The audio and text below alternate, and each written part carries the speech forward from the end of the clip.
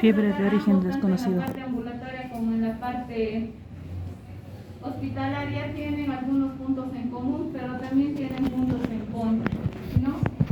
Y uno de los puntos en contra en la parte ambulatoria es, más que todo, es un reto para nosotros, ¿no? Cuando el paciente viene por una fiebre de tipo desconocido, pues tenemos solamente, como ustedes sabrán, unos 15 a 20 minutos, que es lo que dura una consulta, y en ese lapso pues nosotros tenemos que hacer un diagnóstico de tipo enigmático, ¿no? O sea, sospechar y pues obviamente dar todos los estudios laboratoriales que tengamos que pedir.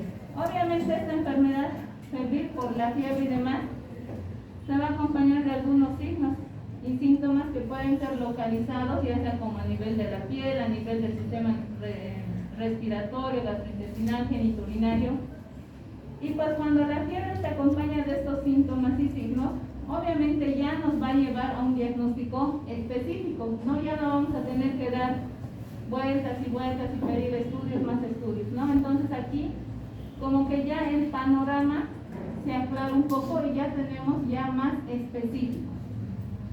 Obviamente que cuando el paciente solo te viene con fiebre y hay algunos síntomas inespecíficos, pues ahí es más difícil para nosotros el poder abordar esta situación, este problema conflictivo que le tiene al paciente. Si se dan cuenta, solo lo vamos a ver una vez y después obviamente lo volveremos a ver en 48, 72 horas hasta que se hagan todos los estudios complementarios que teníamos que hacer, ¿no? Y pues obviamente tenemos que realizar un equilibrio entre la observación de este paciente y la parte de investigación que nosotros vamos a hacer. ¿No se la platico? Sí, una poquita, por favor. Esto de la parte de...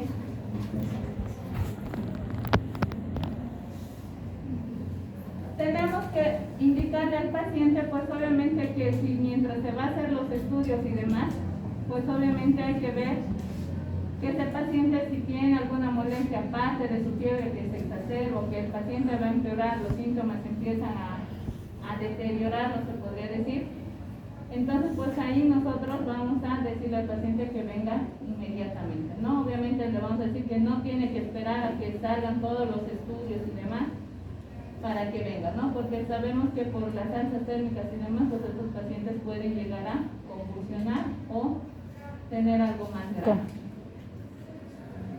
Ahora, en la parte de los pacientes hospitalizados, como que aquí el tiempo ya no es tan corto como en la parte ambulatoria, si se dan cuenta. Acá tenemos un poco más de tiempo, pero tampoco nos vamos a exceder a que el paciente se quede hospitalizado un mes, 2 meses, ¿no? Una vez que este paciente lo hemos internado, accedido, el paciente está con fiebre, el primer estudio que nosotros vamos a pedir es un hemograma completo, ¿no? Y en el hemograma, pues lo que más nos va a llamar la atención puede ser la leucocitosis, ¿no? Que es la elevación de los glóbulos blancos, que pues obviamente aquí ya nos va a dar que hay un proceso infeccioso, ¿no?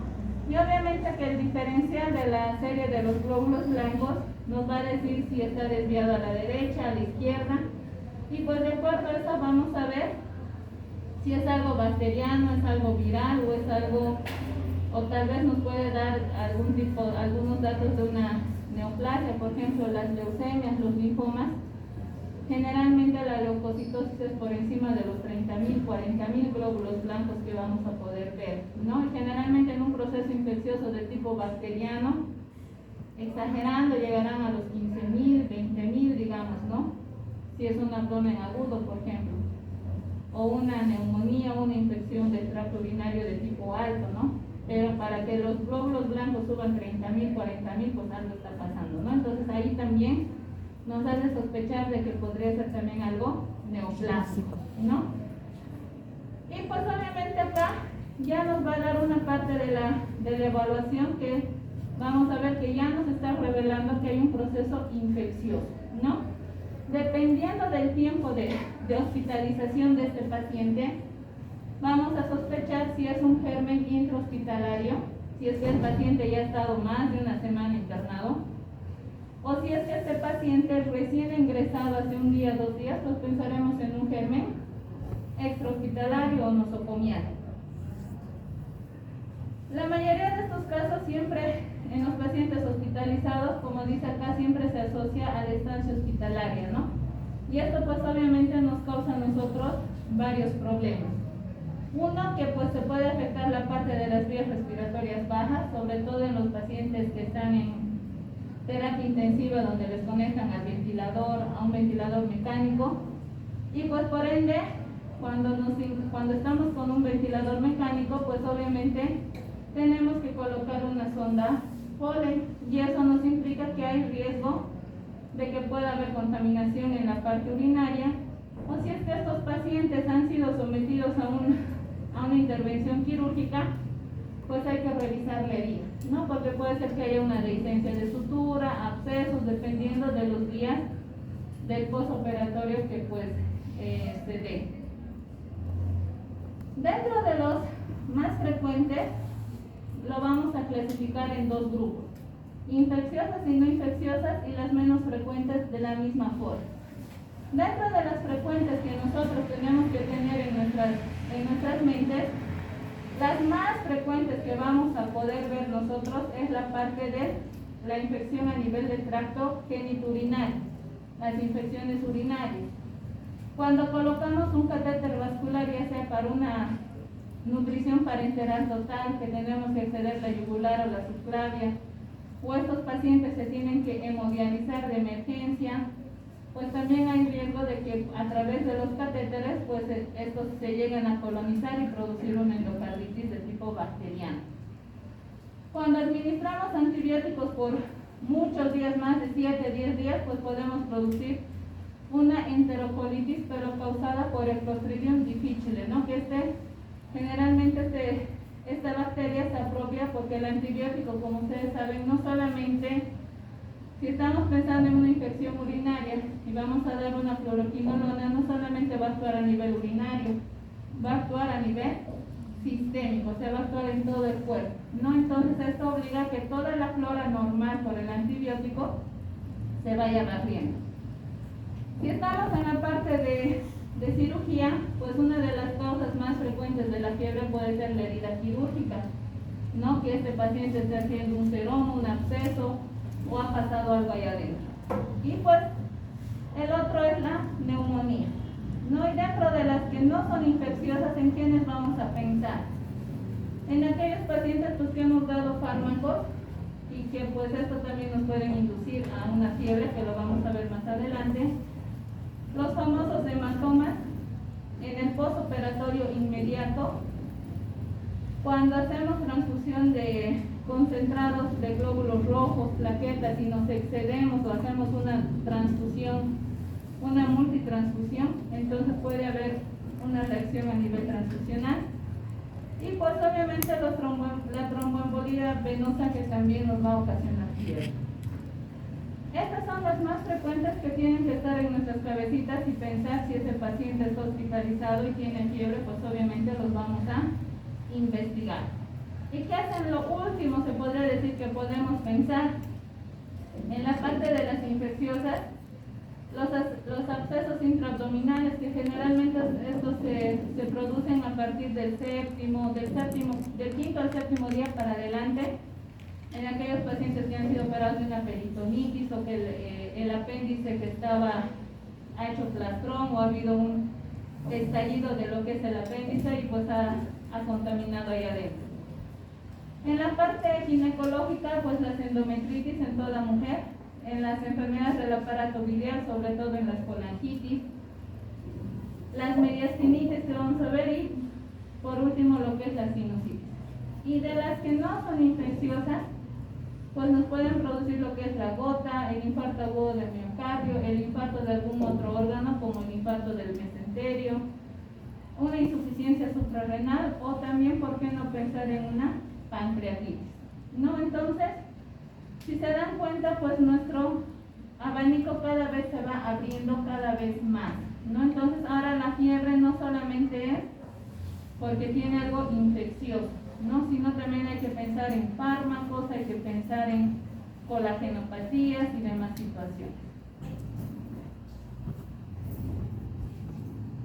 Generalmente todos los pacientes que ingresan a la terapia intensiva, la fiebre está relacionada más o menos del 80% de ellos, ¿no? ¿Por qué? Porque sabemos que los ventiladores, si bien se hace su aseo internamente y demás, la misma máquina se lo programa para que se lo haga, pero obviamente estos no se van a eliminar en el 100%, ¿no? Y hay pacientes que te vienen ya con Acinetobacter, con pseudomonas, con Klebsielas y con gérmenes bastante resistentes, y pues obviamente esto vamos pasando de paciente a paciente, ¿no? Porque lastimosamente no tenemos un ventilador nuevito para cada uno de nosotros, ¿no? Un ventilador cuesta bastante caro, entonces lastimosamente no podemos usar uno nuevo para cada paciente, ¿no? Entonces lastimosamente pues cuando nos ingresan a la terapia intensiva por cualquier razón, el riesgo es eso, ¿no? De que salgamos con un germen adicional. Y pues obviamente puede ser de causa infecciosa o también puede ser por una causa no infecciosa. Ustedes saben que en terapia intensiva los fármacos que se utilizan son mucho más agresivos, mucho más potentes, casi de última generación. Entonces, si se dan cuenta, ellos no van a utilizar una cefotaxima, ceftriaxona, a veces inician directamente con imipenem, vancomicina, piperacilina, tazobactam, o sea, con antibióticos bastante agresivos de acuerdo a la patología o a lo que el paciente está. Y pues obviamente la fiebre pues también se asocia con un daño en el hipotálamo, ¿no? O cuando ha habido una aspiración pulmonar secundaria, cuando generalmente estos pacientes se están despertando recién de la anestesia, cuando hemos sido sometidos a una intervención quirúrgica y pues el anestesiólogo nos ha retirado el tubo endotraqueal, entonces a veces se produce lo que son las náuseas, las arcadas, y pues tenemos contenido bilioso por el ayuno que nos han hecho hacer de unas 6 a 8 horas, y pues obviamente eso lo eliminamos y a veces nos broncoaspiramos, como dicen, ¿no? Entonces esa bilis, ese líquido biliar se ha ingresado a los pulmones, ¿no? ¿Y esto es por qué? Porque estamos obnubilados después del anestesio, después de que nos están despertando de terapia intensiva, entonces eso también hay que tener cuidado y hay que tenerlo en cuenta. Obviamente hay que ver causas iatrogénicas de la fiebre, esto ya, pues prácticamente ya son causas que obviamente van a ser difíciles para nosotros de diagnosticar, ¿no? O que nosotros mismos hemos causado. A eso se refiere iatrogénico, o sea que el paciente ingresado por una apendicectomía lastimosamente se ha broncoaspirado después de la extubación y pues paró en otro lado, ¿no? Y eso nosotros lo hemos causado por un descuido. ¿Puede haber la fiebre acompañada de escalofríos? Sí, más o menos en un cuarto de los pacientes que pues van a recibir transfusiones plaquetarias o cualquier otro hemoderivado, se va a acompañar de fiebre, pero a la vez el paciente va a empezar a sentir frío, ¿no? Y esto obviamente cuando el paciente ya empieza a sentir escalofríos, cuando estamos haciendo una transfusión, ya sea de glóbulos rojos, de plaquetas, de plasma fresco congelado, de cualquier otro hemoderivado, pues obviamente hay que tener cuidado. No solamente es pasar por pasar, ustedes saben que la sangre que han donado no es de nosotros ni tampoco es de nuestros familiares, ¿no? La sangre que ingresa es de una persona desconocida que es compatible con nuestra sangre, ¿no? Entonces hay que tener cuidado y en cuanto a estos pacientes tengan fiebre o escalofríos se suspende la transfusión. ¿Cómo vamos a hacer el enfoque en aquellos pacientes que tienen fiebre o que tienen alguna lesión a nivel de la piel? En este caso vamos a ver con los exantemas. Prácticamente acá nosotros tenemos que basarnos en dos patrones. El primero, que hay que hacer un diagnóstico diferencial de la lesión que vamos a ver a nivel de la piel. Si ustedes dermatología ya han visto o todavía? Van a ver que las múltiples lesiones a nivel de la piel, ya sean máculas, las pápulas, los hematomas, petequias y demás cosas tienen sus diferentes significados y a veces pues se parecen cada una de ellas. Y pues van a ver que en dermatología todo es lesión, mácula, pápula, pústula. No, o solamente hay pápula y pústula o solamente hay alguna cosa. Pero estas lesiones, cuando aparecen fiebre, pues también nos van a dar una pista, se podría decir, para que nosotros podamos, de acuerdo a los hallazgos que estamos viendo, ver ante qué germen nos estamos enfrentando. Y la fiebre, que va a estar asociada a estos signos, ¿cuáles van a ser a nivel de la piel? Lo que son los exantemas, que vamos a ver más adelante en unas imágenes. Las linfadenopatías, que son las adenomegalias o los ganglios que se ven aumentados de tamaño a nivel cervical, retroauricular, axilar, inguinal. O puede ser solamente una ictericia, que es el tinte amarillento de la piel, ¿no? Entonces estas lesiones o las tumoraciones nos puede dar algún tipo que está relacionado con un tipo de una afección infecciosa, como también de tipo no infecciosa. Y si la fiebre está asociado a lo que son las adenopatías, obviamente ahí ya no vamos a pensar que es solamente una infección común y silvestre o es algo benigno. Siempre nos han enseñado, y ustedes tienen que meterse a la cabecita, que cuando ya aparecen los ganglios en las diferentes regiones de los ganglios, pues hay que sospechar en procesos neoplásicos, llámese linfomas, leucemias, o pues si estamos en los Estados Unidos y demás, en los países donde hay la enfermedad por arañazo de gato, pues también tenemos que pensar. Obviamente también las adenopatías hay que ver en procesos de tipo viral, llámese citomegalovirus, toxoplasmosis, rubiola, chagas y todo lo que es el complejo TORCH. Entonces, si se dan cuenta, como ven aquí en la imagen, esto es un tipo de exantema, ¿no? Que pueden ver los ganglios o las adenopatías. Generalmente es un ganglio que aquí a su lado está normal, pero este de acá pues ha aumentado de tamaño o está inflamado. Y pues obviamente en la coloración el tinte ictérico pues lo vamos a ver así. Si no lo vemos en toda la piel como acá en el señor, pues vamos a verlo en las conjuntivas, ¿no? Por eso es que es muy importante revisar la parte de las conjuntivas, las escleras al momento del examen físico, para ver si están rosadas, húmedas o están ictéricas, deshidratadas, cómo estarán esas conjuntivas. Todo esto nosotros, y generalmente la parte clínica, tenemos que conocer todos estos tipos de lesiones que pues obviamente van a estar relacionados con un proceso cronológico. Desde lo que ha empezado lo que es la fiebre y han ido apareciendo los demás síntomas, ¿no? Entonces, ¿en qué gérmenes vamos a pensar de acuerdo a lo que son las diferentes lesiones? Pues vamos a ver desde lesiones bacterianas, hongos, micobacterias, protozoos y los virus. Entonces, si se dan cuenta, a nivel de las bacterias, la Neisseria, la Borrelia burgdorferi, por ejemplo, tiene máculas y pápulas, pero que son de características anulares, ¿no? En cambio, en la Neisseria meningitidis solamente van a aparecer lo que son petequias y púrpuras. En lo que es la rickettsia, lo que son las máculas y las pápulas, en el treponema pálido, que también lo vamos a ver más adelante, aparecen las máculas y pápulas que son secundarias a la infección, y en el vibrio volnificus pues obviamente las vesículas y las ampollas, ¿no? A nivel de cuando hay micosis o las micobacterias, pues obviamente lo que más vamos a ver son las máculas, pápulas, pero de tipo nodular, o sea, son como los granitos que aparecen más o menos así, como del acné. En relación a los protozoarios con el Plasmodium falciparum, lo que más vamos a ver es las petequias y las púrpuras.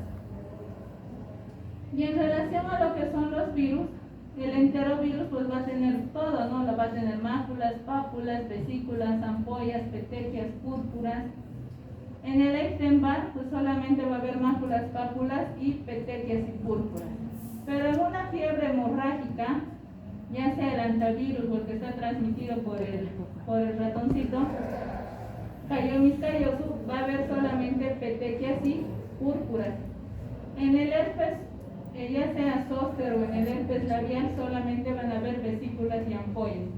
Creo que el herpes es la lesión que más frecuente vamos a ver, porque a quién de ustedes no les ha salido herpes a nivel labial, ya sea por más que todo por estrés, por baja de las defensas y demás. Entonces, las lesiones es bien característica del herpes, es un racimo de uvas y hace un dolor acompañado de prurito. A los que les ha salido, pues saben perfectamente a lo que me estoy refiriendo. Y pues obviamente en el VIH, que es la patología más frecuente que vamos a ver, pues van a haber máculas y pápulas.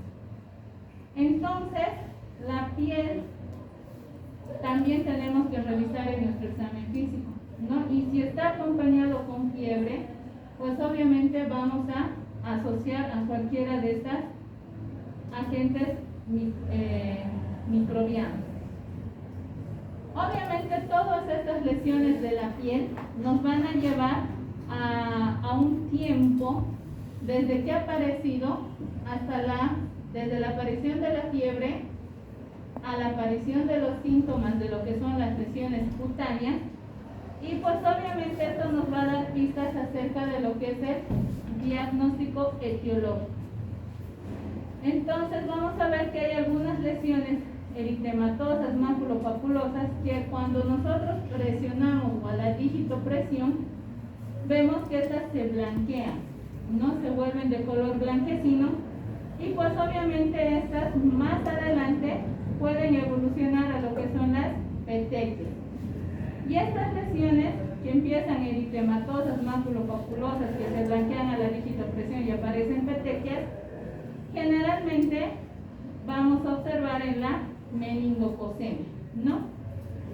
O también en la enfermedad maculosa de las montañas rocosas, y en lo más importante en nuestro medio, que es lo que más podemos asemejar, es el dengue, ¿no? Donde van a aparecer las famosas petequias.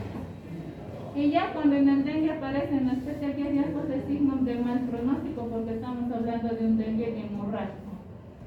Y cuando hay un dengue hemorrágico, lastimosamente se altera todos los trastornos de coagulación, y pues prácticamente ya no hay mucho problema, ¿no? Porque el paciente empieza a sangrar. La presencia de la fiebre con las erupciones, que solamente nos van a afectar a las palmas y a las plantas de los pies y de las manos, tenemos que hacer muchos diagnósticos diferenciales, desde sarampión, varicela y algunas otras enfermedades de tipo lesiones que aparecen con la erupción, ¿no? Entonces, si se dan cuenta, la piel nos ayuda bastante a hacer algunos diagnósticos que vamos a ver. Si se dan cuenta, cuando hay fiebre y exantema, pero solamente en las palmas de las manos y los pies, tenemos que pensar en todas estas. Una endocarditis bacteriana de tipo subagudo, en la enfermedad mano-pie-boca, en un eritema multiforme, en las infecciones por Neisseria como la gonorrea, las infecciones por la varicela zóster, en las sífilis secundarias y en un síndrome de shock tóxico, ¿no? Entonces, si se dan cuenta, cada vez las cosas no habían sido solamente cosas pequeñas o sencillas en relación a lo que es la fiebre. Ahora hemos hablado sobre todo de la parte de las colagenopatías, de la parte del aparato locomotor, que también se asocian con fiebre. Y cuando vemos esto, pues obviamente hay que ver si no es una artritis séptica o es una osteomielitis, que al decir una artritis séptica significa que la infección está en la articulación, que puede ser que ya esté supurando. Y lo que es peor y lo más temido es la osteomielitis, que la infección ya ha ingresado al tejido óseo. Y pues obviamente sabemos que toda infección va a llevar a un proceso de fiebre. Estos pacientes se van a quejar, va a haber un dolor localizado, va a haber aumento de volumen de esa articulación, y obviamente se puede acompañar de un eritema, ¿no? O sea que esa vamos a suponer que es la rodilla, la articulación de la rodilla. Esa rodilla va a estar roja, caliente, con aumento de volumen, dolor cuando le vamos a palpar. Incluso el paciente va a decir que le duele cuando hace la deambulación. Y pues obviamente ahí no hay donde perderse, ¿no? Y pues obviamente hay algunas enfermedades que son de tipo subagudos en la parte reumatológica que nos van a causar fiebre, como la poliarteritis, que estos ya vienen a ser de tipo más simétrico, ¿no? O sea que es de ambas articulaciones. Entonces, generalmente cuando si es que rotan emergencias, van a ver que algunos pacientes llegan de esta forma. Esta es la rodilla, como pueden ver está aumentada de tamaño y está eritematosa, ¿no? Entonces, esto es prácticamente una artritis séptica. Y cuando nos llegan así pacientes, pues obviamente vemos que hay una solución de continuidad, pues que no sabemos hasta dónde ha ido la infección. Solicitamos una radiografía y pues como pueden ver acá, está como comido, como si fuera una manzana que lo hemos mordisqueado. Entonces, cuando ya vemos esta lesión a nivel del óseo, pues prácticamente la infección ya ha entrado al hueso, ¿no? Ahora, si es que esta fiebre va a estar asociada con linfadenopatías y hepatoesplenomegalia, pues tenemos que ver si es algo infeccioso o no es infeccioso. ¿Se tratará de una hepatitis? ¿Se tratará de una colangitis? ¿O qué otra patología podríamos pensar acá? Pues prácticamente o será alguna neoplasia a nivel de lo que es el hígado, el vaso. Pues obviamente acá ya tenemos que investigar, indagar, o puede ser también una cirrosis, que estamos frente a estos. Entonces acá como que tenemos que ver si es algo infeccioso o no infeccioso. Y pues en la parte de las linfadenopatías tenemos que ver dos cosas: la parte regional y la parte generalizada. Si es regional, como les decía, a nivel cervical, tenemos que ver si es que la infección no ha sido relacionada con los estreptococos, o que hay una infección a nivel de las vías respiratorias altas, o estamos ante una tuberculosis. Si es a nivel periférico, hay que pensar en Bornetella, estreptococos, linfomas, el herpes virus, algunas metástasis neoplásicas. Pero si es algo inguinal, pues prácticamente cuando ya es una adenopatía a nivel inguinal, tenemos que pensar en aquellas infecciones de tipo de transmisión sexual, llámese chancroide, herpes, linfogranuloma venérea y sífilis primarias, que estas las vamos a ver más adelante. Y si ya es una adenopatía generalizada, como les decía, hay que pensar en lo que es el citomegalovirus, lo que son las hepatitis de tipo viral, los linfomas, la sarcoidosis, la sífilis secundaria, el toxoplasmosis, el virus de Epstein-Barr y lo que es el virus de la inmunodeficiencia humana. Entonces, cuando aparezcan ganglios a nivel de cualquiera de estas coriáceas regionales o generalizadas, pues tenemos que pensar casi en todas estas patologías, ¿no? Como diagnósticos diferenciales. Si esto se aparece, la combinación de fiebre más una linfadenopatía, que va a estar relacionado con una infección, generalmente esto aparece más que todo en la infancia, ¿no? Las famosas infecciones como lo que es la enfermedad de todas estas patologías virales que van a aparecer en los niños, pero también se observa en la parte de los adultos, ¿no? Pero en el adulto pues ya no vamos a pensar como en el niño, ¿no? Que se trata de una infección viral. Generalmente en el adulto pues ya pensaremos en otras patologías más serias, pues obviamente relacionados con la región en la que va a aparecer. ¿Cuál es el estudio del gol estándar cuando hay una linfadenopatía? Generalmente todo ganglio, toda masa que nos sale en el cuerpo, en cualquier parte del cuerpo.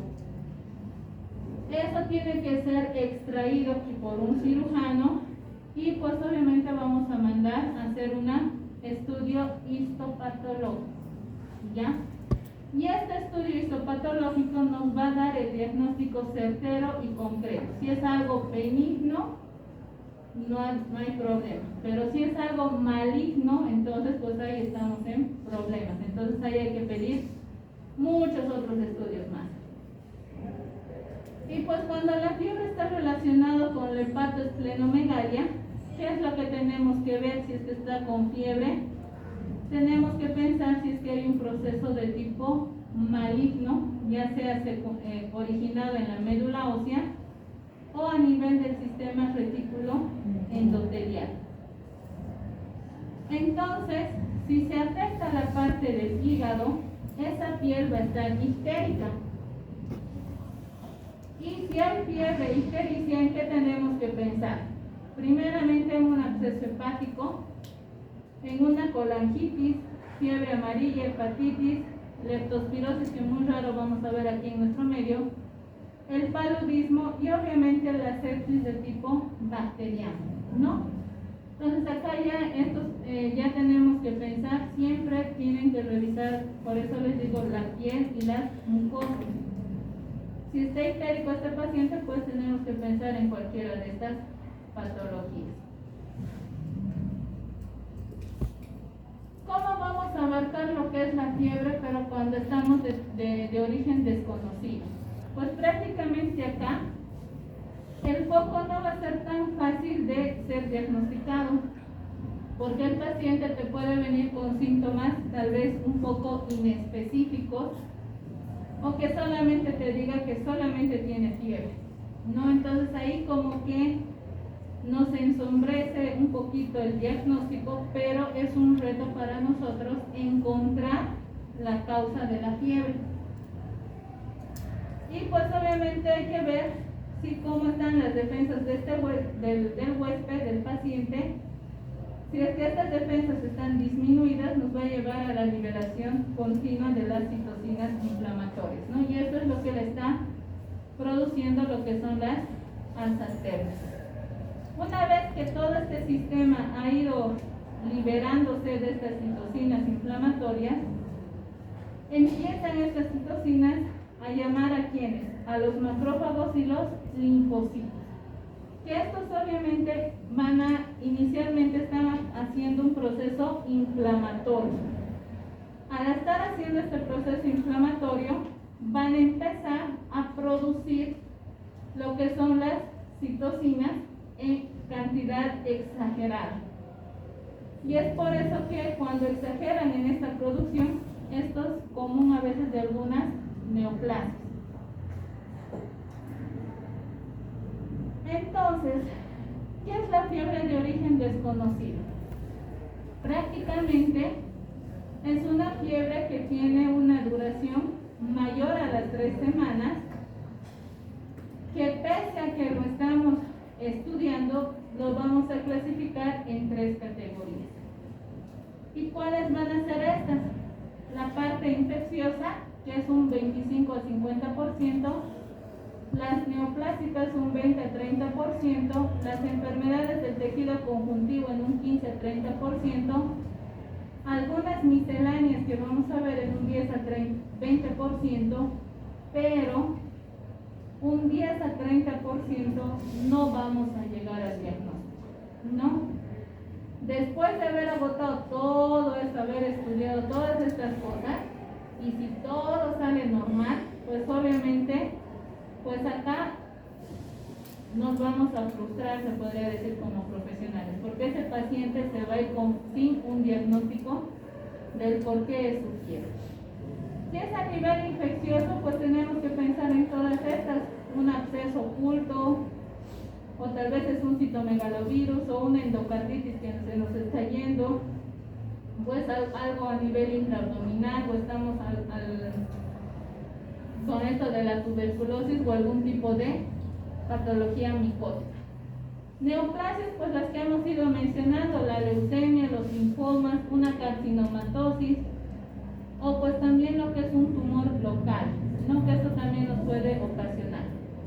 En enfermedades del tejido conjuntivo, pues prácticamente las que son a nivel reumatológico, la arteritis de la temporal, la artritis reumatoidea, el lupus eritematoso sistémico, pues que también los tenemos que pensar.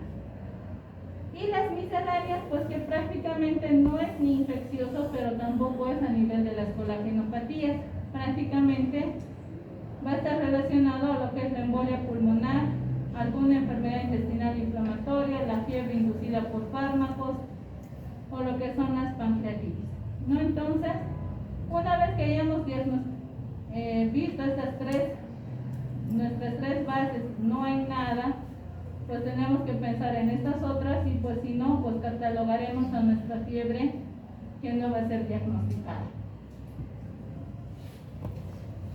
También esto de lo que es la fiebre de origen desconocido, tenemos que ver la localización geográfica, ver dónde este paciente ha ido, ha viajado o ha estado en contacto con alguien.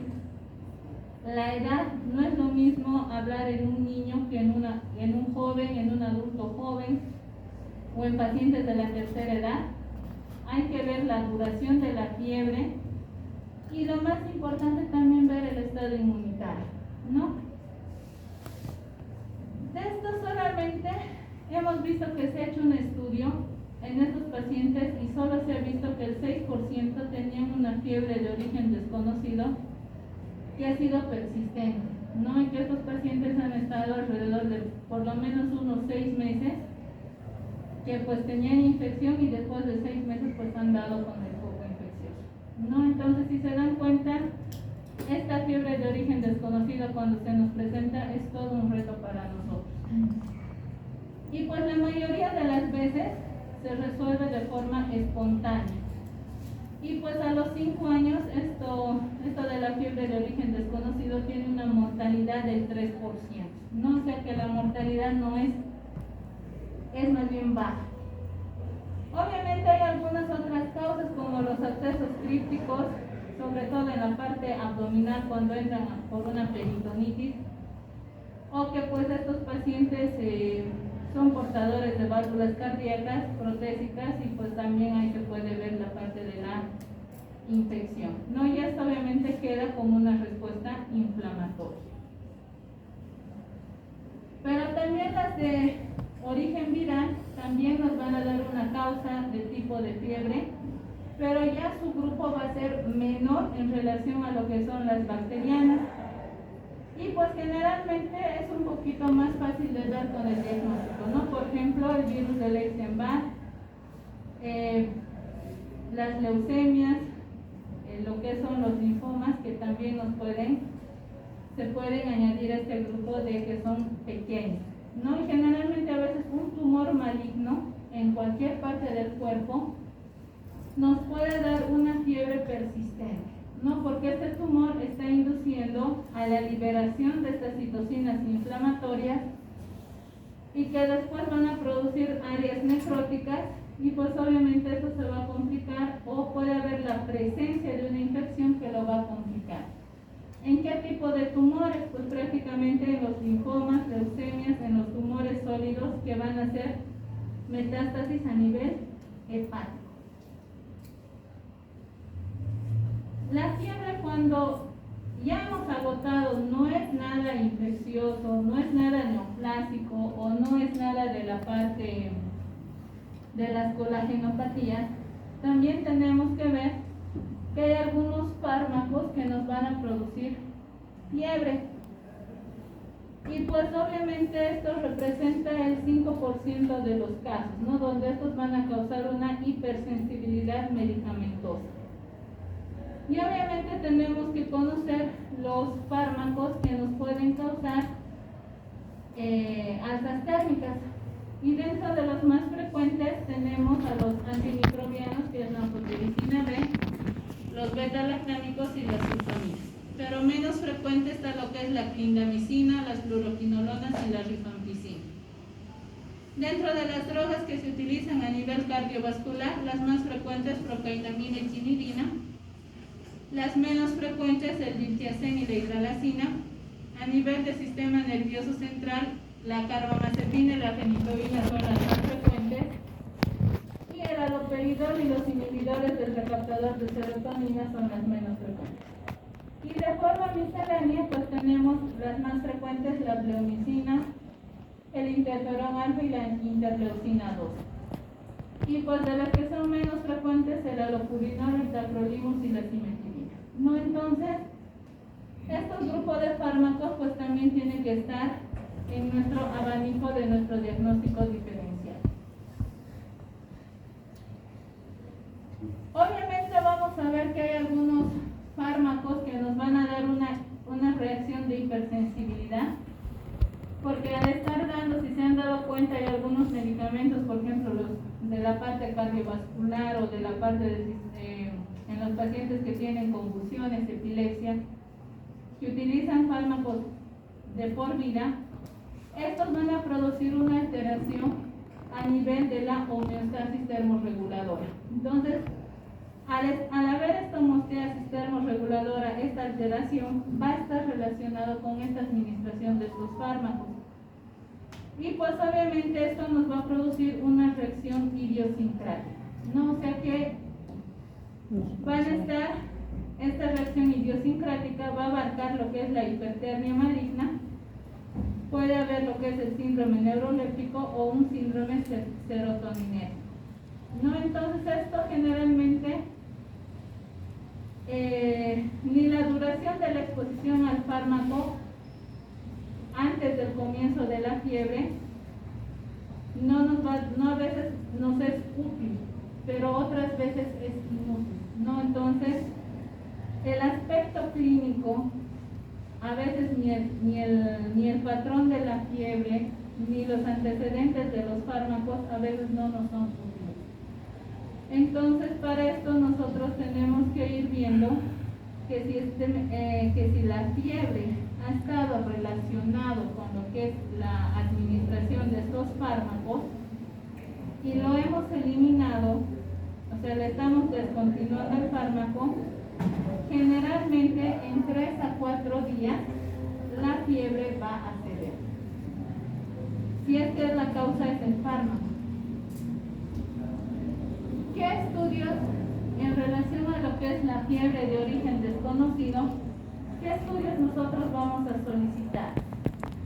Uno, lo que ustedes ya saben, lo que es la parte de la semiología, lo que es la historia clínica, con una anamnesis detallada y un examen físico de forma minuciosa, que lo tienen que revisar al paciente de pies a cabeza.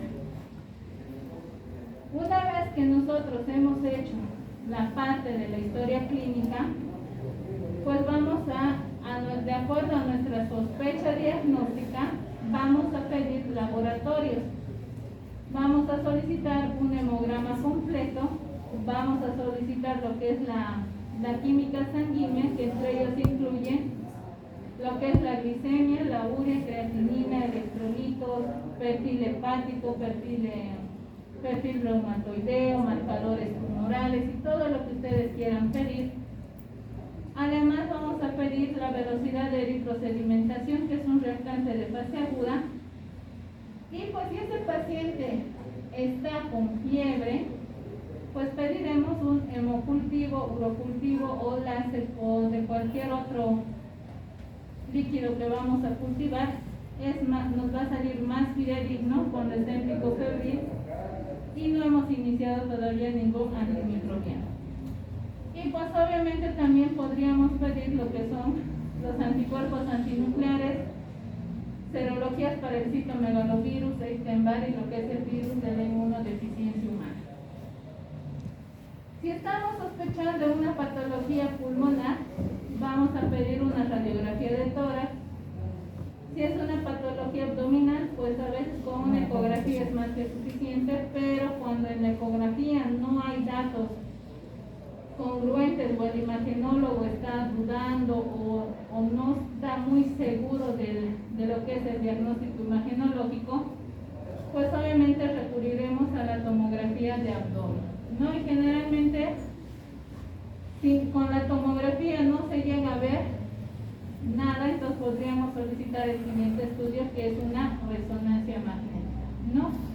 Entonces tenemos que agotar toda la parte laboratorial e imagenológico que pues obviamente vamos a tener.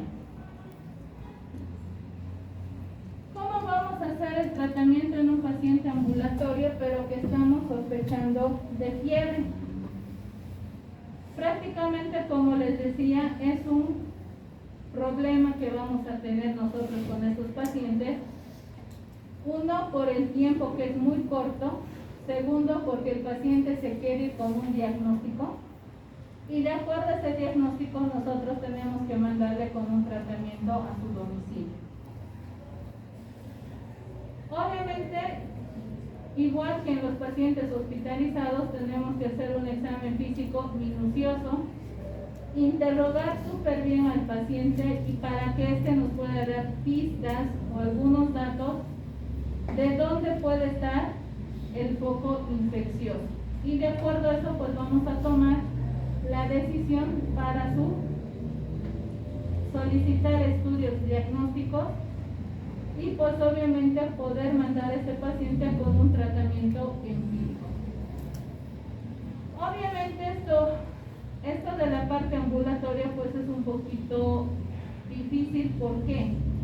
Porque a veces el paciente, como se puede decir síntomas localizados y podemos encontrar estos síntomas, signos, pero a veces solamente te puede decir que viene solamente como malestar general o algún tipo de anorexia, que el paciente ha perdido las ganas de comer.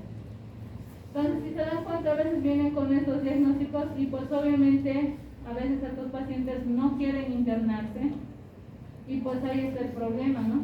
Que nosotros tenemos solamente un corto espacio de tiempo para poderlo tratar. Si estos pacientes vuelven al día siguiente o ya está terminando tu turno y regresa 5 minutos antes de que esté terminando tu turno, pues obviamente tenemos que volver a repetir esa anamnesis. Tal vez se ha olvidado algo o nos ha omitido algo, o nosotros mismos hemos obviado revisar algún sistema pensando en que está normal. Generalmente no es la regla en todo revisar la parte geniturinaria, salvo que fuera una mujer que está en gestación o que tiene alguna patología ginecológica, o en el varón en la parte de urología, pues ahí sí están obligados, pero de forma rutinaria a veces no revisamos esa parte, ¿no? Porque es un poquito incómodo, que hay que cuidar el pudor y demás. Entonces puede ser que nosotros hayamos obviado revisar algún sistema y pues obviamente ahí, pues si el paciente está viniendo por segunda vez con nosotros, obviamente tenemos que revisar con más detalle. Y si en la primera consulta no hemos revisado, vamos a suponer, la parte genital, pues obviamente en la segunda visita, pues obviamente ya tendremos que revisar, ¿no? Y tal vez ahí ya nos van a dar nuevos hallazgos físicos, tal vez el paciente nos va a decir, sí me he acordado que síntomas me había pasado. Entonces obviamente de acuerdo a lo que en esta segunda consulta estamos viendo, pues vamos a solicitar estudios complementarios. ¿Cuáles son los síntomas más frecuentes? Generalmente el primer síntoma más frecuente, si estamos hablando de la parte respiratoria, nos viene la tos, ¿no? Esta tos, cuando es menos de 3 semanas de duración, obviamente tenemos que descartar patologías un poquito de gravedad, como por ejemplo, ¿cuál? La tuberculosis. En nuestro medio, cuando el paciente nos dice que está tosiendo más de 2 semanas, pues hay que pensar en tuberculosis, ¿no? Obviamente acompañado va a estar con fiebre, va a estar con anorexia, y pues si se dan cuenta, la tos es uno de los datos que nos va a ayudar en el diagnóstico. Y pues si este paciente está con más de 3 semanas con tos, que tiene episodios recurrentes, pues hay que pensar en estos pacientes que hay un episodio de hiperreactividad de la vía respiratoria, o sea que hay un proceso alérgico, llámese asma, rinitis, o porque la tos no siempre va a ser algo del sistema respiratorio, sino cuando una persona tiene reflujo gastroesofágico, obviamente también produce tos y pues obviamente vamos a ver también esta situación. A nivel de la piel, como hemos visto antes de tocar esta parte, pues hay que ver que la mayoría de los gérmenes que nos van a infectar lo que es la piel está lo que es el estreptococo y pues en una minoría lo que es el estafilococo aureus, ¿no? Y obviamente esto hay que ir viendo la parte epidemiológica, sobre todo en aquellas personas que se han ido a bañar en agua dulce. Generalmente en las aguas dulces está lo que es la aeromona, o que hemos ido a una sauna, piscinas o las aguas termales. Entonces todo eso hay que ir viendo, ¿no? Porque si se dan cuenta, ni las piscinas, ni las saunas o las aguas dulces pues no son aguas tan limpias que digamos, ¿no? Entonces siempre hay algo infeccioso. A nivel gastrointestinal, pues todo el mundo sabe cómo nos podemos contagiar gastrointestinalmente. Generalmente porque ingerimos algunas toxinas, ¿no? Sobre todo ya sean virus, bacterias, que pues estas pueden ser productoras o no de algunas toxinas. Hay que ver el entorno epidemiológico. Generalmente los que son extranjeros y han venido aquí a Cochabamba, lo primero que han enfermado es salmonelosis gastroenteritis, ¿verdad? ¿Por qué? Porque el almacenamiento de los alimentos lo hacemos de forma inapropiada, ¿no? Sobre todo en los mercados, en las plazas, pues obviamente se ve los alimentos, los refrescos, las ensaladas de fruta, se ven apetitosas a la vista, pero pues obviamente desconocemos cómo han manipulado los alimentos.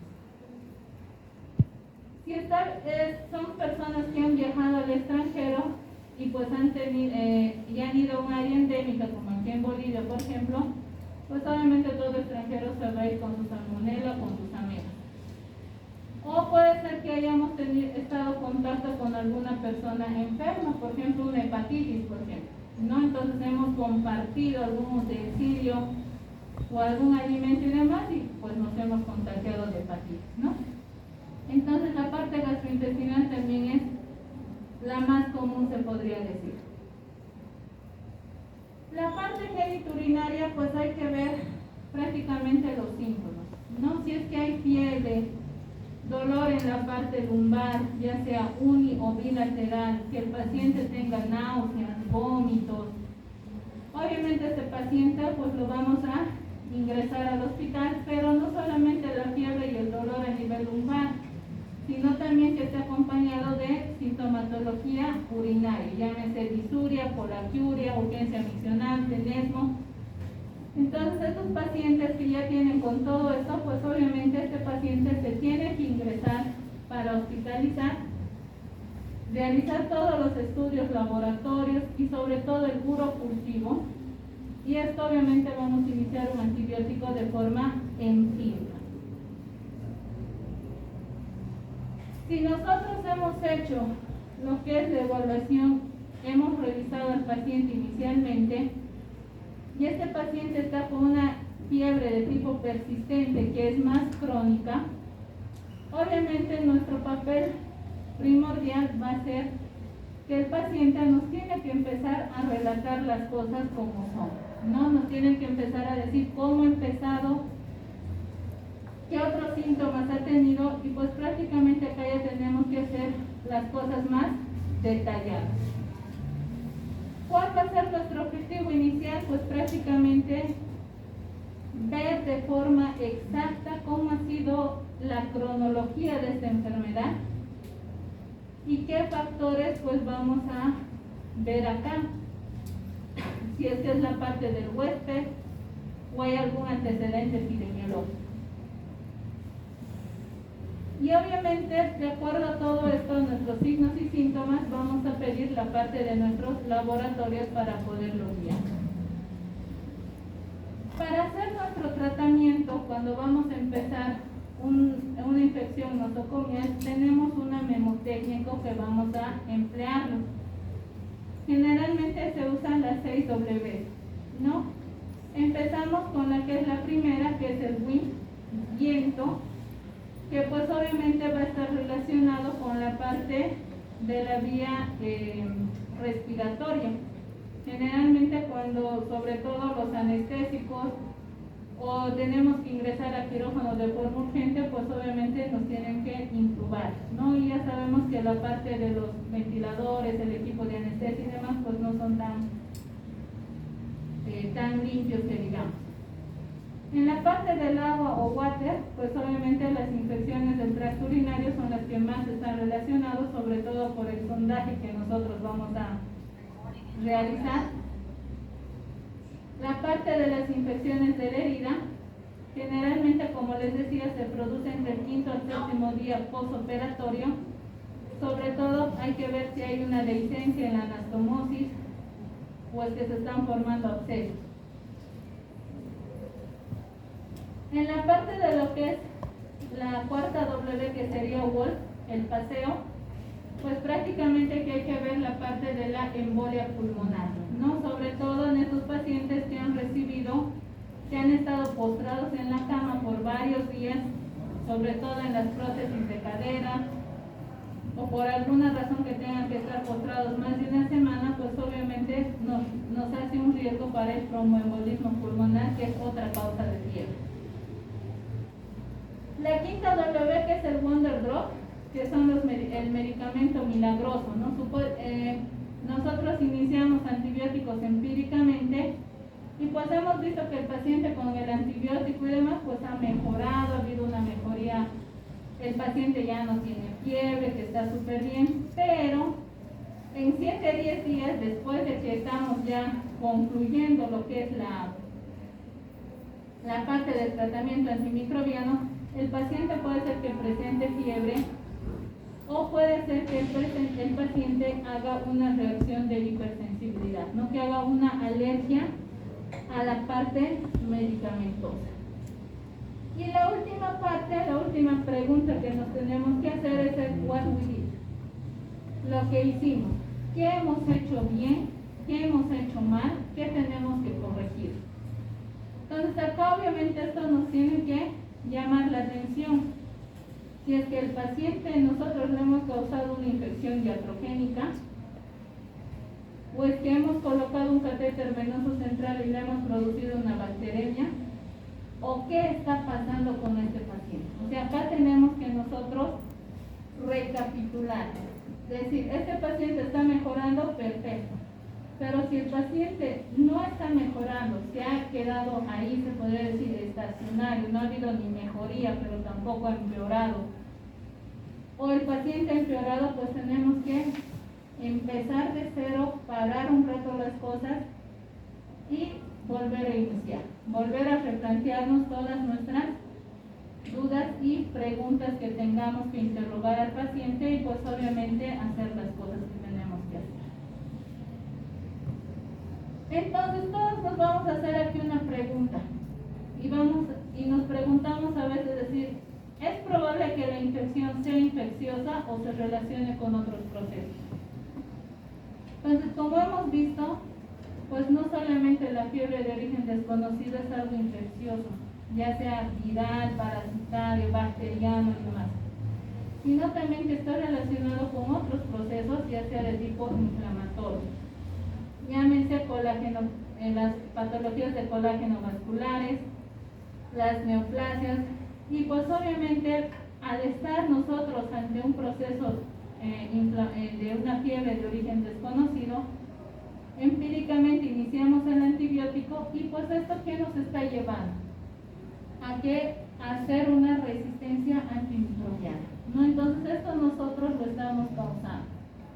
Obviamente debemos valorar rápidamente esta gravedad de la enfermedad del paciente, ver si esto tiene una posibilidad de que pueda causar un daño orgánico, que nos pueda llevar a una sepsis, o lo que es peor, que le causemos la muerte a ese paciente, ¿no?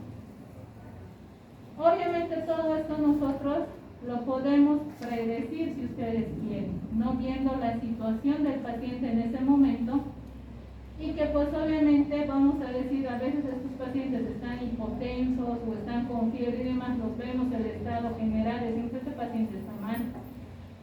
O incluso a veces los pacientes oncológicos que de la noche a la mañana se ponen mal y pues obviamente entran en un paro cardiorrespiratorio y pues a veces salen y otras veces no.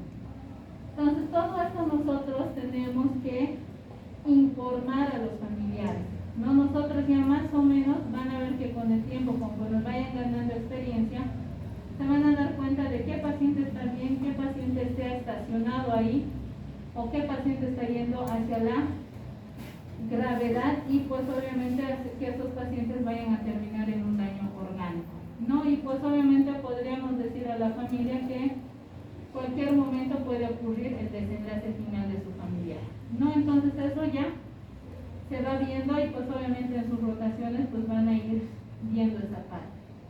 Y obviamente todo esto nosotros tenemos que ir justificando. ¿Por qué estamos dando una ceftriaxona? ¿O por qué estamos dando un imipenem? ¿O por qué hemos utilizado algún antiviral o un antimicótico? Entonces todo eso tiene que estar justificado en nuestro tratamiento de acuerdo al diagnóstico al cual nosotros estamos llegando. ¿O por qué estamos administrando antipiréticos?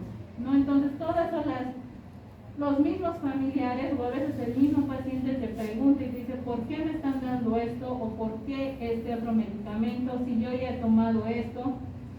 Entonces tenemos que saber justificar y decir, bueno, le estamos dando un paracetamol porque usted tiene esto. Estamos iniciando un antibiótico porque usted en su laboratorio ha salido esto y usted tiene una infección urinaria. Entonces por eso se le está dando.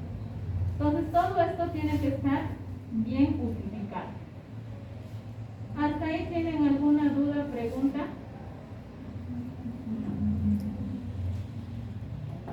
Vamos a ver esto que es cortito y con esto vamos a terminar porque están cansaditos, ¿ya? Más que todo aquí ya vamos a ver, lo vamos a dividir en todo lo que ya hemos visto de la parte general. Ahora lo vamos a ver de forma más específica. Vamos a ver la primera parte que es la infección entérica, sobre cuáles son las sintomatologías gastrointestinales, cuál va a ser el abordaje que nosotros vamos a hacer con el paciente y pues obviamente después vamos a ir viendo de la parte genitourinaria que también lo vamos a ver. Entonces ahora ya vamos a verlo un poquito más específico, ¿no? Todas las infecciones entéricas ocupan prácticamente el segundo lugar a nivel mundial. La mayoría son hiperendémicas, sobre todo en aquellos lactantes que son malnutridos, en los países tropicales y pues obviamente en los países que están en vías de desarrollo como en el nuestro, donde pues obviamente la tasa de mortalidad es elevada, ¿no? Pero no tanto en nosotros, nosotros generalmente casi muchos lactantes desnutridos, pues mucho no lo vemos acá. ¿En qué continente es más frecuente la parte de la malnutrición? África. En África, ¿no? Entonces si se dan cuenta ellos, generalmente cada vez ahí sí la mortalidad es bastante elevada, donde no solamente mueren niños, sino también mueren los de la tercera edad. Y pues obviamente estos pacientes, generalmente ustedes saben que no solamente ahora el hombre es el que sale a trabajar, sino también sale hombre y mujer, ¿no? Y peor todavía si tenemos un niño que está más o menos entre ya entrando a los 2 añitos y pues obviamente la mujer pues tiene que ir a trabajar. Y a veces la mujer no cuenta o el mismo cuando somos padres a veces no contamos con la ayuda de los papás o con la ayuda de los hermanos o del vecino o de alguna amistad, ¿quién nos los cuida al pequeño? Entonces, ¿en qué opción quedamos? En llevarlos a la guardería, ¿no? Y en las guarderías es donde estos niños empiezan a enfermar con hepatitis, con síndromes diarreicos. ¿Por qué? Porque a veces estos niños si nos recordamos cómo éramos en nuestra infancia y si tenemos hermanitos pequeños, se van a dar cuenta que los niños se cae el dulce, lo levantan y se lo vuelven a meter a la boca, ¿no? El caso de que un niño esté enfermito, empieza a comer, y ¿qué es lo que hacen los niños cuando ven a otra persona? Directamente nos meten la cuchara a la boca, ¿no? Ya sea porque están comiendo helado o porque están comiendo alguna cosa con la cucharita. Entonces ahí empieza lo que es el contagio, y ahí estos niños son la primera vez que se van a empezar a contagiar. Pero no solamente los niños, sino también aquí la cosa como que cambia, ¿no? Ya cuando nosotros ya estamos en la parte de lo que somos adultos jóvenes, tenemos que trabajar, nuestros papás ya se han jubilado, han dicho, bueno, yo ya he cumplido con ustedes, he sacado profesional, ya estoy bordeando los 65 años, necesito descansar. Y pues obviamente ese papá, esa mamá, pensando en que nosotros los hijos los vamos a cuidar, a veces no somos tan buenos hijos. Hay hijos que pues obviamente les meten a sus papás a unas residencias o a unos asilos. Y en los asilos obviamente, aparte de que en algunos asilos sufren maltrato y demás, pues tampoco manipulan bien los alimentos, ¿no? Entonces esos abuelitos a veces no les dan de tomar, tienen sed y pues agarran la pila y pues van tomando de agua.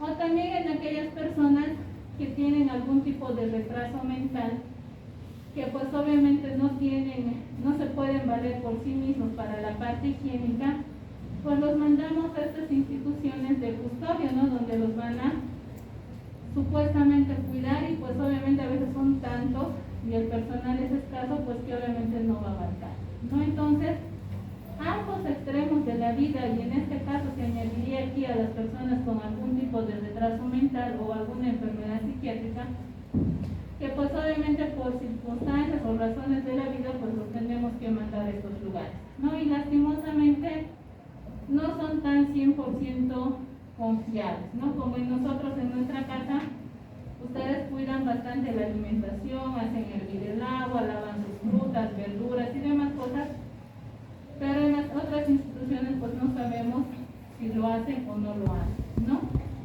Y obviamente acá también van a ingresar lo que son los inmunodeprimidos. Si se dan cuenta, de acuerdo a la etiología, a la epidemiología, vamos a ver los diferentes agentes patógenos a los cuales nos vamos a someter o enfrentar. Dentro de los más frecuentes, generalmente, bueno, si vamos a ir a Norteamérica, pues al igual que en acá, pues existe lo que es la giardia. En Rusia, pues lo que es el Cryptosporidium, pero también se repite lo que es la giardia. En países tropicales o subtropicales, aquí ya aparece la Escherichia coli enteropatógena, lo que es la Shigella, sigue apareciendo la giardia, la salmonela, y pues estos gérmenes que pues vamos a ver en pacientes inmunodeprimidos como la Ciclospora, Cryptosporidium y el norovirus. Cuando está asociado a algunos brotes, pues obviamente va a depender de la época en la cual estamos yendo a ese país, porque si se han dado cuenta, no todas las enfermedades están los 365 días del año. Hay enfermedades, generalmente las gastrointestinales aparecen primavera, verano, ¿no? por la época del calor y demás.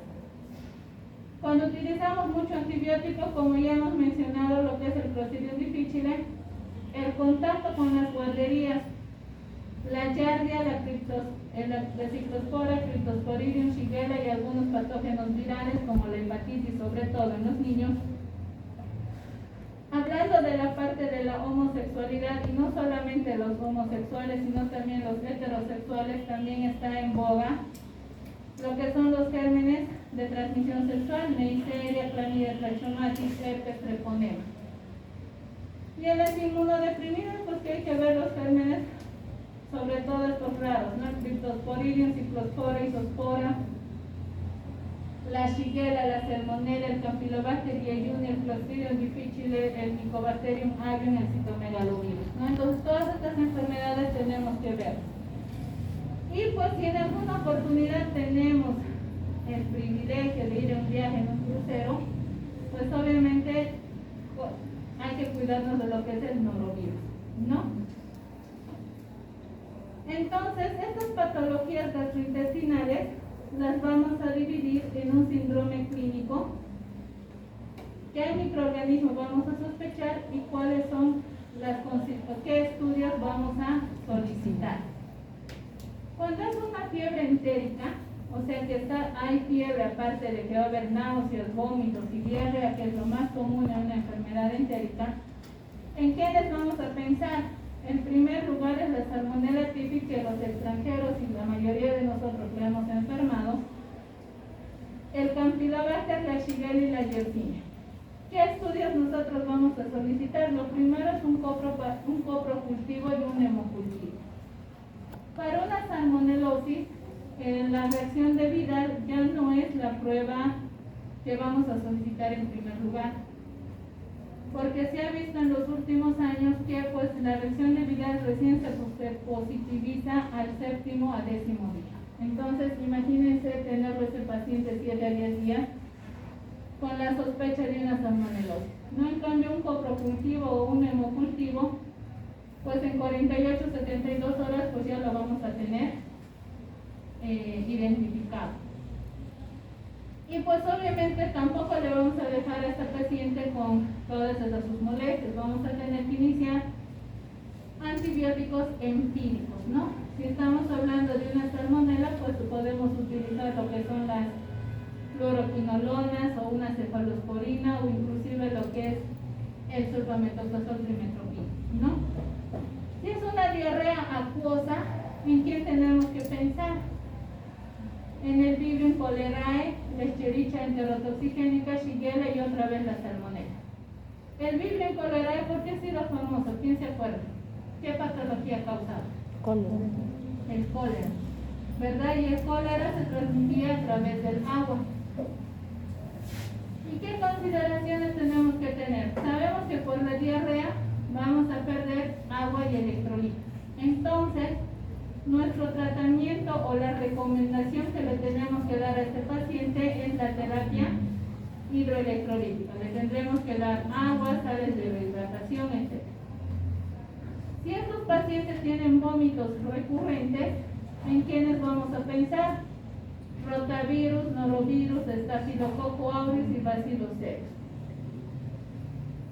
Y pues obviamente esto vamos a ver de acuerdo al periodo de incubación. Generalmente el rotavirus, pues obviamente los vamos a ver ¿en qué etapa se ven en los niños? El rotavirus.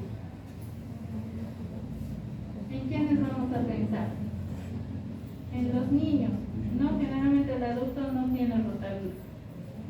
Cuando es una diarrea de tipo sanguinolenta, vamos a pensar en lo que es la Shigella, nuevamente lo que es la salmonella y la entamoeba-histolitis. Y pues obviamente para esto vamos a pedir lo que es el coprocultivo, un parasitológico, ya sea simple, seriado, si es que pues a la primera no lo vamos a aislar al parásito, ¿no? O a la bacteria. Y si es una diarrea de tipo persistente, pues obviamente si se dan cuenta nuevamente vuelve la giardia y pues hay que pensar también en otros protozoarios, ¿no? Entonces casi en toditos de estos 5 que hemos mencionado, toditos se repite lo que es la giardia, ¿no? Y pues igual que esto hay que aislarlo en un coproparasitológico.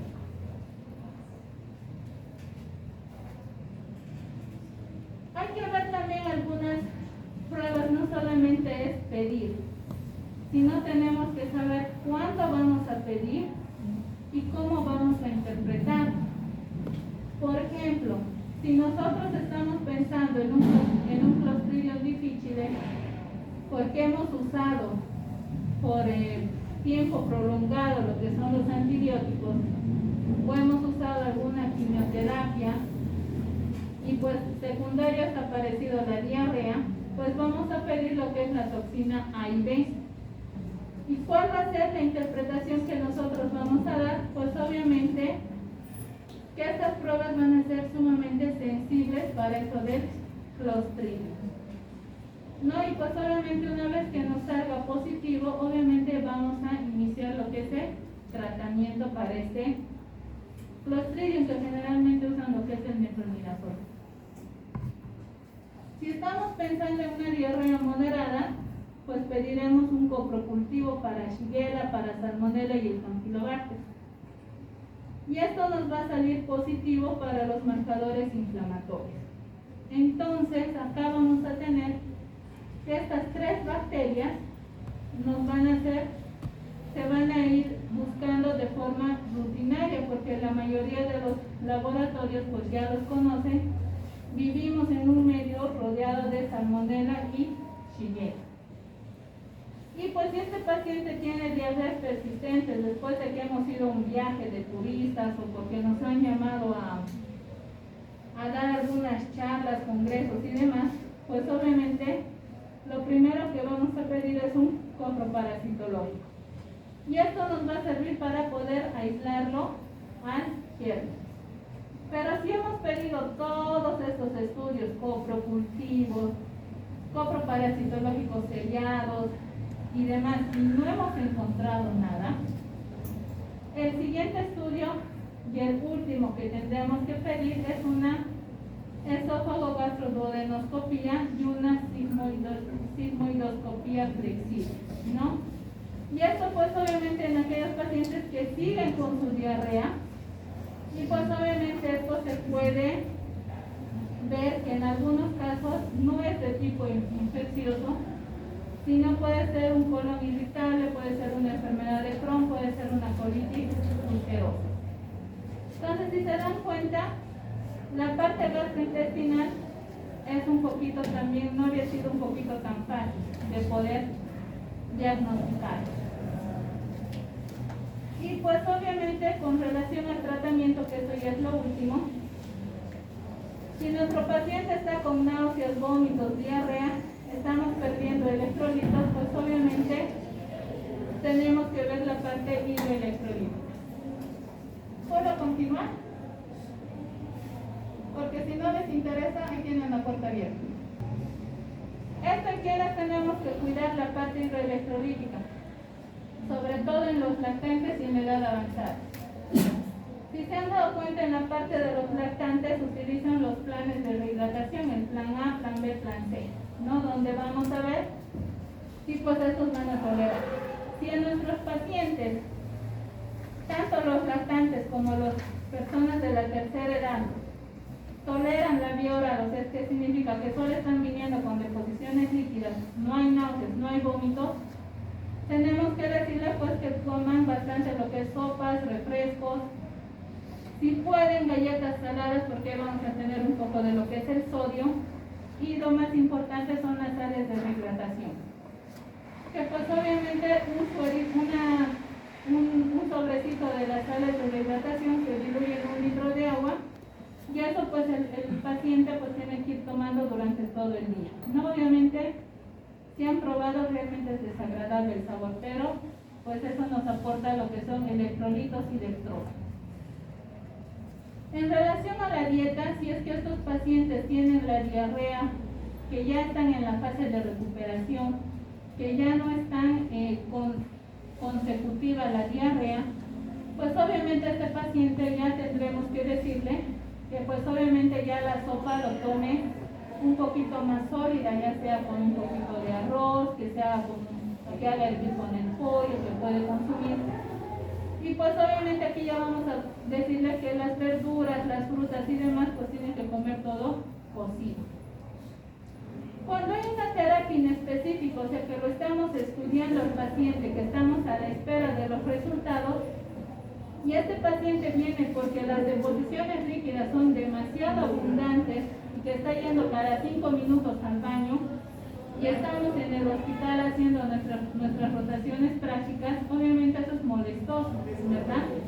Entonces, ¿qué es lo que vamos a dar nosotros? Es la loperamida o los salicilatos de bismuto. Esto va a hacer que nos frene la diarrea de forma por un tiempo corto, ¿no? Entonces obviamente esto va a ser hasta encontrar lo que es la causa. Los antibióticos fármacos empíricos vamos a dar sobre todo en aquellos pacientes que tienen una diarrea desentérica, la diarrea del viajero o lo que es la salmonelosis, y dentro de esos a quienes vamos a dar las fluoroquinolonas y lo que es la citromicina.